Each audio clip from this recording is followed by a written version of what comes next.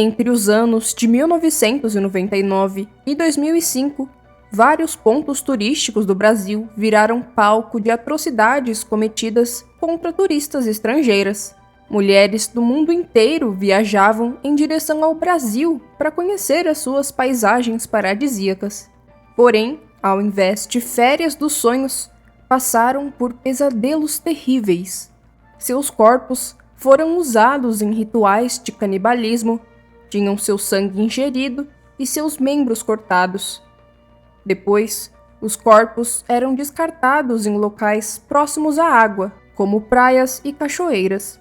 Um monstro que cometia essas atrocidades ficou conhecido como Corumbá, o serial killer de Goiás. De acordo com ele, os crimes eram a mando de um ser sobrenatural, o diabo. Mas antes de acompanhar esse caso, se você ainda não é um inscrito aqui do canal, já se inscreve e ativa o sininho de notificações, porque toda terça e toda sexta saem casos novos. Também clica no botão do gostei aqui embaixo, porque me ajuda muito na divulgação. E me segue lá no meu Instagram, que eu vou deixar aparecendo aqui na tela. Lembrando que o intuito dos meus vídeos nunca é desrespeitar as vítimas e muito menos os seus familiares. Pelo contrário, meu intuito na verdade é conscientizar as pessoas sobre esses assuntos e não deixar com que esses casos caiam no esquecimento. E se você tem alguma sugestão de caso, deixa aqui embaixo nos comentários para que eu possa trazer em um vídeo futuro.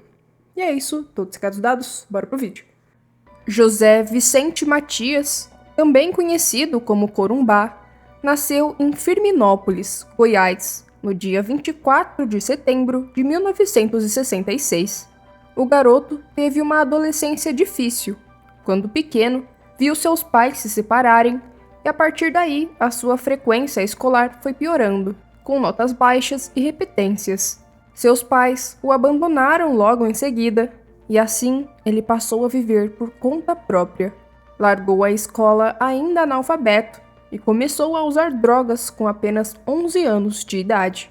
Quando estava um pouco mais velho, descobriu que sua mãe havia se tornado dona de um prostíbulo. José, então, passou a viver viajando pelo Brasil e vendendo a sua arte, como pulseiras, brincos, colares e outros produtos artesanais que ele mesmo produzia. Ele se misturava em comunidades hippies e também atuava como tatuador. E foi nessas comunidades que Corumbá começou a demonstrar comportamentos doentios. Suas vítimas eram em maioria mulheres hippies e estrangeiras, pois elas viviam zombando de sua impotência sexual, pois ele tinha apenas um testículo. José achava que quando as mulheres andavam com roupas curtas e se expunham para outros homens, era uma forma de zombar dele. Mas isso era só na sua cabeça. Esses pensamentos doentios eram potencializados pela quantidade de drogas alucinógenas que Corumbá consumia, como o chá de cogumelo. Quando estava sob efeito dessas substâncias, José afirmou que via a figura de um homem com escamas de peixe mandando-o cometer crimes. Esse homem teria se apresentado para ele como o próprio diabo. José também via um outro ser sobrenatural, dessa vez um senhor de idade com barba branca, vestido com um chapéu e orelhas pontiagudas. Nas alucinações, o homem recebia ordens diretas desses seres: tirar a vida de 7 mulheres, que seriam indicadas por eles, devendo seguir o seguinte ritual: atrair as vítimas a locais desertos, beber e passar o sangue delas no seu corpo, abusá-las sexualmente, rachar os seus crânios, morder os seus corpos e comer a carne delas. Seus primeiros crimes ocorreram em 1999, quando José tinha 33 anos de idade. Sua forma de matar seguia na mesma linha. Ele armava uma emboscada para as vítimas em locais turísticos como praias e cachoeiras. Depois, usava qualquer objeto que estivesse ao seu alcance, como troncos de árvores ou pedras, para desmaiar essas mulheres. A partir disso, ele agia de diversas formas, mas seguindo sempre a mesma vertente. Sua primeira vítima foi Natália Canhas Carneiro, de apenas 15 anos. O crime aconteceu dia 4 de setembro de 1999, no município turístico de Três Marias, a 276 quilômetros de Belo Horizonte, em Minas Gerais. A jovem participava de um carnaval fora de época naquela cidade. Ele se aproximou da garota, que havia se juntado a outros hippies que estavam no local. Depois de conversarem, ele a convidou para passearem em um local mais reservado. Natália teve a sua vida ceifada a dentadas e pedradas na cabeça e por todo o corpo. A vítima foi coberta com galhos e folhas, sendo encontrada apenas 32 dias depois. Após matar a jovem, Corumbá teria retornado à festa e ali permaneceu mais alguns dias, até o fim do evento, quando viajou para o norte de Minas e posteriormente para outro estado. O segundo crime cometido por ele ocorreu na Bahia, no povoado de São João, município de Lençóis, no ano de 2000. A vítima, Simone Lima Pinho, tinha 26 anos, morava em Salvador e tinha ido passar as festas juninas na cidade de Lençóis, a cerca de 415 quilômetros de Salvador. Porém, a jovem não retornou no dia 28 daquele mesmo mês, como havia previsto. Sua mãe, Josenilda, conta que desde que a filha viajou, nunca mais teve notícias dela. Procurou por ajuda da polícia e, como não obteve, fez as suas próprias buscas. Porém, só após 5 anos, o corpo da sua filha foi encontrado quando Corumbá já estava preso. Ele disse que tirou a vida da mulher com pedradas e cobriu o corpo com pedras, em uma trilha a 3 quilômetros de Lençóis. Preso, ele informou à polícia o local exato onde jogou o corpo, em crateras de garimpo nas proximidades de um córrego cheio de pedras. A polícia conseguiu identificar os restos mortais pelo aparelho dentário que a Simone utilizava. Nas buscas, Josenilda e Corumbá estavam lado a lado. A mulher conta que quando o homem soube que se tratava da mãe da vítima, não disse nada, apenas caiu uma lágrima de seu olho. Em 2004, José fez 2 vítimas. Elas eram a russo-israelense Katrin Rakitov, de 29 anos, e a goiana Lidiane Vieira de Melo, de 16 anos. Lidiane perdeu a sua vida no dia 19 de janeiro de 2004, mas esse crime não teve as mesmas características dos demais. A jovem teve a cabeça decepada no interior de uma residência no bairro Curitiba 2, em Goiânia.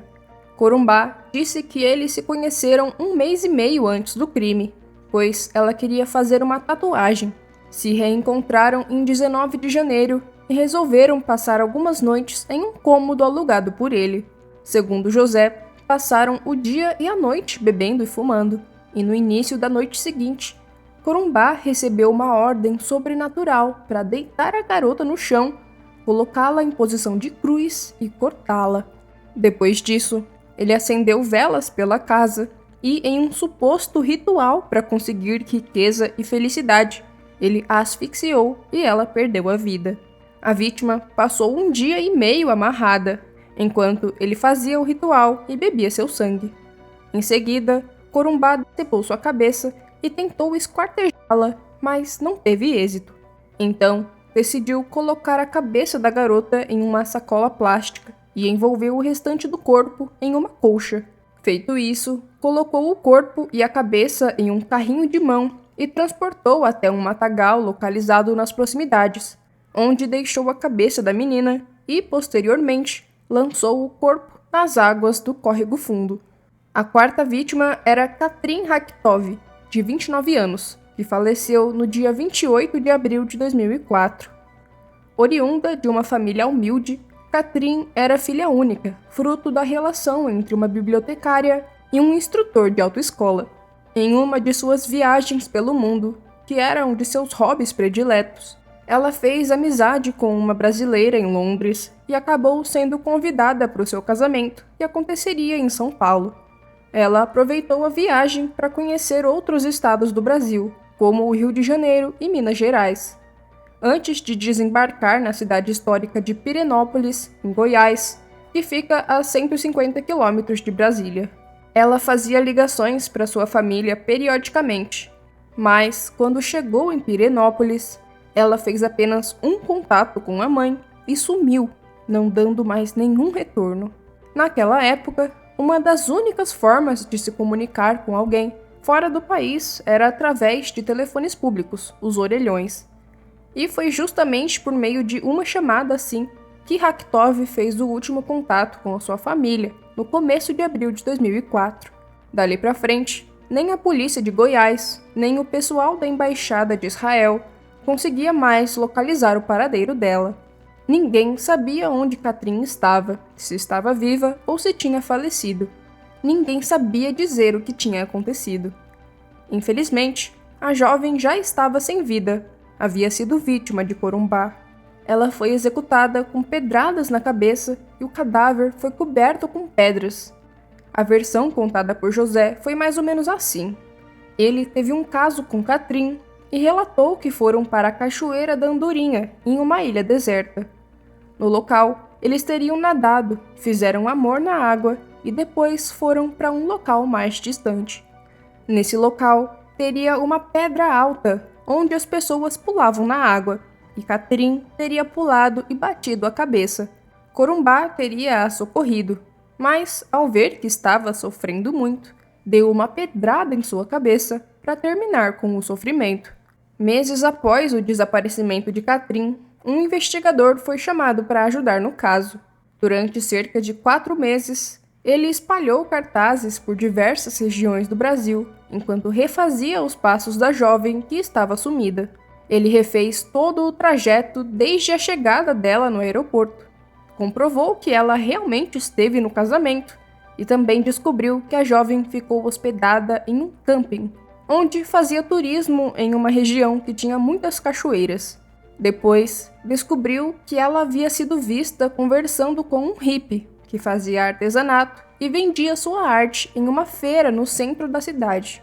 Após tirar a vida de Katrin, Corumbá viajou por outros municípios de Goiás. Depois, ele foi para o Maranhão, onde cometeu crimes contra a alemã Mariane Kern, em Barreirinhas, e a espanhola Núria Fernandes, em Alcântara, finalizando as 6 mortes. No dia 11 de março de 2005, a alemã Mariane Kern, de 49 anos, teve a sua vida ceifada com pancadas na cabeça. Os golpes foram tão fortes que desfiguraram seu rosto e deslocaram seu queixo. Durante as investigações, os policiais constataram que a mulher esteve alguns dias com um artesão, identificado como Pedro, que era o nome falso do José lá. Os policiais obtiveram a informação de que o suspeito havia se hospedado em uma pousada em São Luís. Nesse local, testemunhas disseram que ele havia ido para a cidade de Alcântara, a 10 quilômetros de São Luís.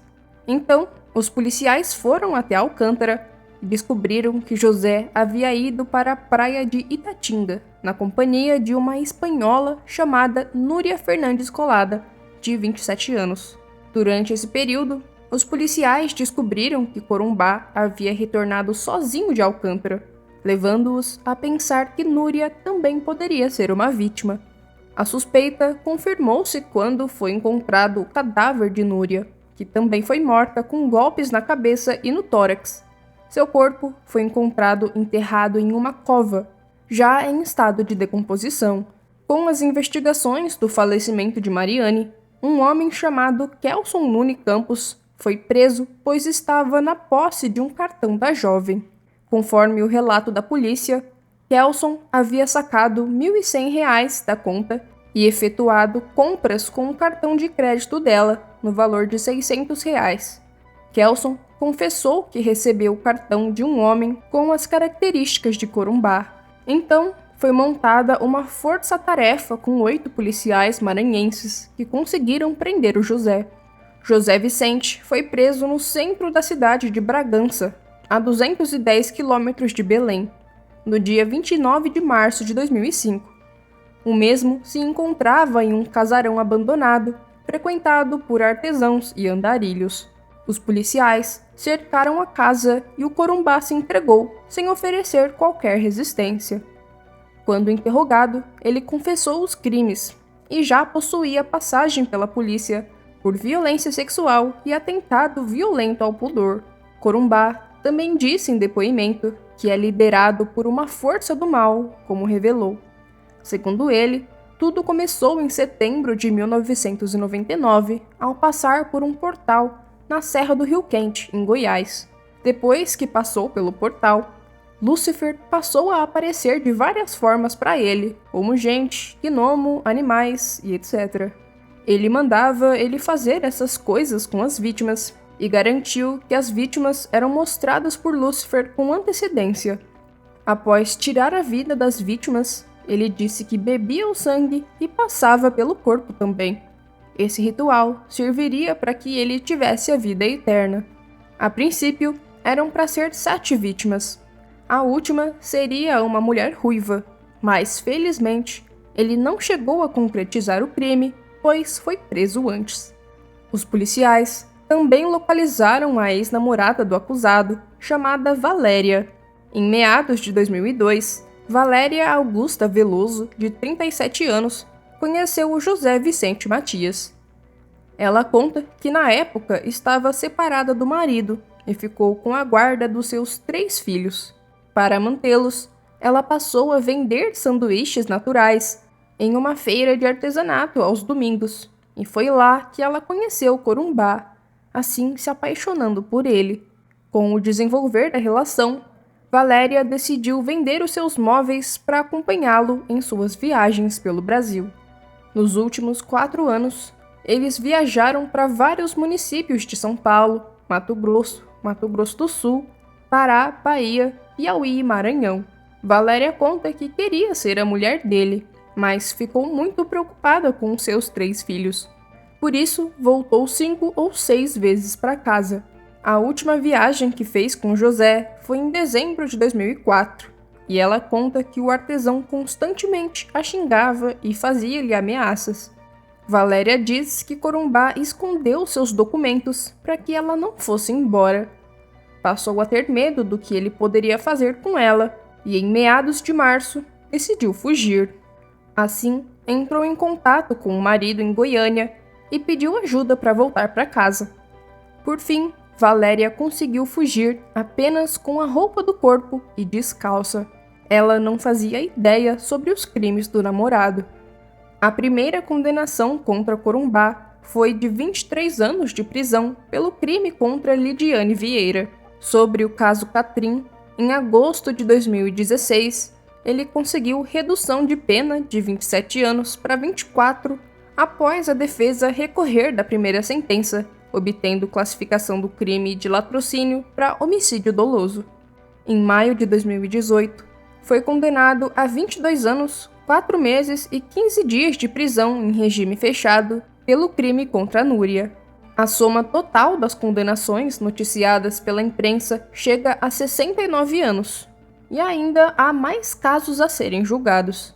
Durante o julgamento, a defesa bateu na tecla de que Corumbá não tinha condições de entender plenamente as suas atitudes, pois sofre de delírios e alucinações e apresenta uma frágil estrutura afetiva e emocional. Ele foi diagnosticado com transtorno de personalidade antissocial, conforme laudo psiquiátrico. Esse distúrbio é caracterizado pelo desprezo por outras pessoas, no caso dele, mulheres, hippies e turistas. A defesa exigia que José recebesse tratamento psiquiátrico e psicológico adequado, já que ele tinha a capacidade de determinação comprometida, não conseguindo controlar os seus impulsos. Já a acusação diz que Corumbá era plenamente capaz de entender o caráter lícito dos seus atos. O crime, inclusive, se assemelha aos demais no modo de agir. A justiça, então, determinou que ele tinha sim a total capacidade de entender a ilicitude do fato e o considerou imputável. Hoje em dia, ele cumpre pena na penitenciária de segurança máxima no estado de Goiás. Corumbá quase nunca recebe visitas nem de familiares nem de advogados. Porém, segundo a gestão prisional de Goiás, ele tem um bom comportamento. Em agosto desse ano, o judiciário determinou que ele vá à júri popular por ter tirado a vida da adolescente Natália em Minas Gerais. E essas são as últimas notícias que temos do caso. Bom, gente, esse foi o caso de hoje. Eu espero que vocês tenham gostado do vídeo. curte, comenta e compartilha para me ajudar na divulgação. Não esquece de me seguir lá no meu Instagram, que vai estar aparecendo aqui na tela. Até o próximo vídeo. Beijos.